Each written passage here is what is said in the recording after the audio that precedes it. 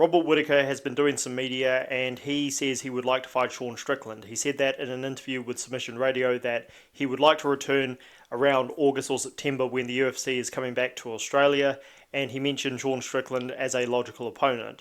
I would love to see that fight, and wanted to throw one quick fact in there. Sean Strickland, if the fight happens, will be the first opponent Robert Whittaker has fought at middleweight who is not coming off a win. And that is amazing when you look at who Robert Whittaker has fought. Every opponent literally has been coming off at least one win, most of them multiple wins.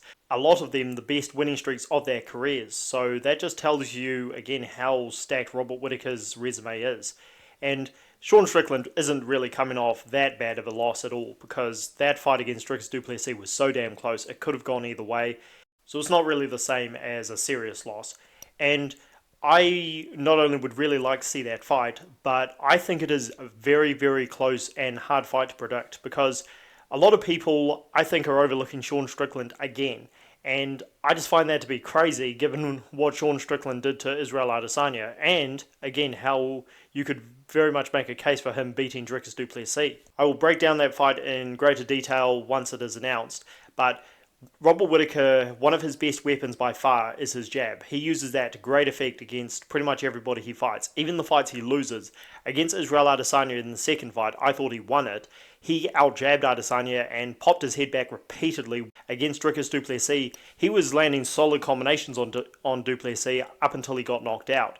So his jab is a big key to his success. Sean Strickland not only has a very good jab, but he's a very defensive fighter. He is taller than Whittaker, he has a longer reach, and he knows how to make himself even more difficult to hit by leaning back like Fat Joe and countering opponents with the right hand when they overextend. And one thing about Robert Whittaker is that while he is a very, very accurate striker, he does put himself in positions to be countered a lot. And again, with Strickland having the longer reach, that could be a serious problem. And Sean Strickland is still, again, vastly underrated by so many fans. There's a reason why Israel Adesanya didn't want to fight Sean Strickland once he got dropped and lost the next couple of rounds. He was broken in that fight. He quit psychologically because he was afraid of Sean Strickland. And Sean Strickland made him scared by hitting him really hard, not showing any fear of Adesanya's feints, and he backed him up and he hurt him multiple times. Sean Strickland is going to be able to do that to Robert Whittaker. He is going to be able to hurt him. He's going to be able to make him pay, hit him again when he's open for counters. That is a very tough fight for Robert Whittaker. Now, Robert Whittaker is the much better athlete. He hits a lot harder. He has fought all kinds of different styles, and even though it is the tall, rangy fighters who give him a lot of trouble, like Israel Adesanya both times, like Darren Till in that fight, that was a very close fight, Robert Whittaker is able to get around it. Again, with his overall striking skill set, he is one of the most skilled fighters we've ever seen in the sport, period. So I certainly would not write him off, but I don't think that fight is a foregone conclusion by any means. And Sean Strickland, he is not only underrated in terms of his skills and abilities, but he is underrated in terms of his intelligence. After Robert Whittaker lost to Dricus du Plessis, Strickland pointed out that he felt Robert Whittaker was a one-trick pony who could not do anything else other than blitz his opponents. He said that in detail in this interview with Helen Yee, that Whittaker is a good fighter, but he felt that when it comes to throwing down in the pocket and throwing to the body and not relying on just a karate blitz, he felt that Whittaker basically can't fight.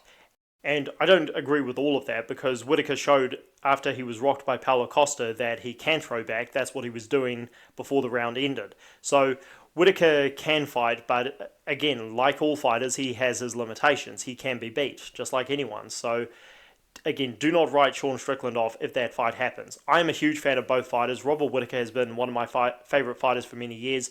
I said back when this guy was champion that I felt he was going to be the greatest middleweight of all time, that he would surpass everybody, including Anderson Silva. I still felt he was going to become the greatest middleweight of all time after he lost to Adesanya the first time. The second time, I thought he won, so I felt, again, he was going to become the greatest middleweight ever. After the loss to Dricus du Plessis, I thought, maybe we've found a ceiling there, but he, of course, proved that he still has a lot left.